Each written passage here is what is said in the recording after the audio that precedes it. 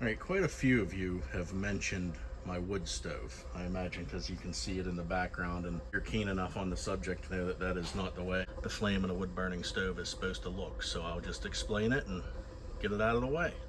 So I got sick and tired of cutting wood and laziness took over. So I just turned this thing into a waste oil furnace, but we'll explain how it works.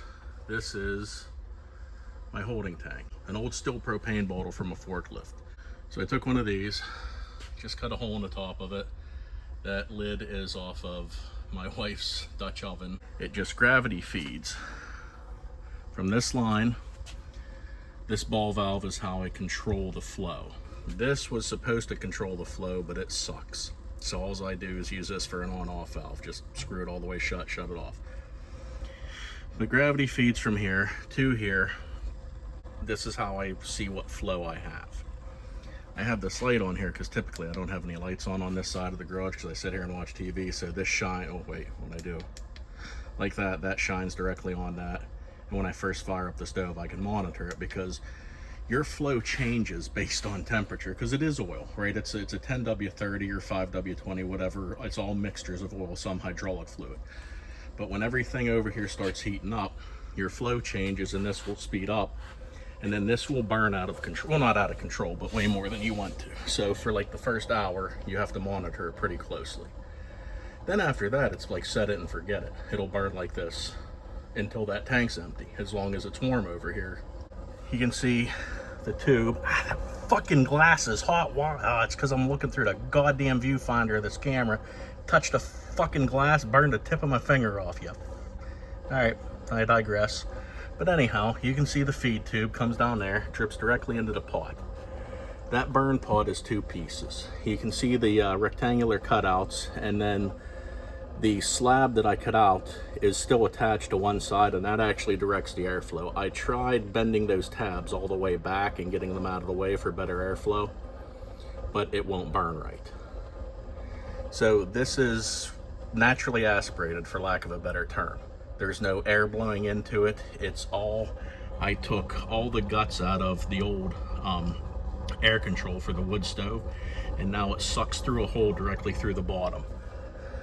I pulled half a fire brick out where that stove sits in, and then I cut a round hole in the bottom, and the intake for that goes down through that hole. I will try to show you. Put your puke bucket on because we're going underneath.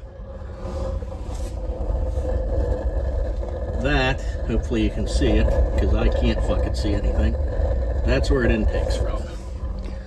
So if I were actually to put this slider back in, right, I can, when everything's in place here, just by putting the slider in, you can almost shut this stove off completely. But I find with the slider out, it burns way better. So, and I did it this way because our power goes out quite often, and this is a source of heat with no, it takes no electricity, no nothing. So it's perfect for that. The problem without having any forced air into this burn pot is it carbons up. So twice a week, I have to take this burn part apart. Like I said, it's two pieces. That top hat in the center is separate from that bottom part. So you move that pipe out of the way, pull that thing out, break it apart because it's all glued together with carbon, and you just bust the carbon out of it and you start all over again.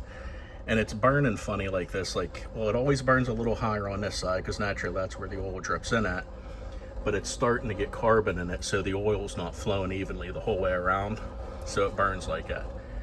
And then to start it, I gotta get up off my fat ass up off the floor. Jesus Christ, I'm getting old. Typically I use diesel fuel to start it, but I ran out of diesel fuel, and I went searching through my wife's shed out back, and she had some of this tiki torch fuel, which is basically kerosene almost.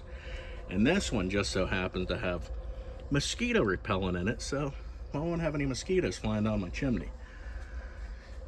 But that is my homemade waste oil furnace in a nutshell. So thanks for watching, and thanks for asking about it. Have a great fucking day.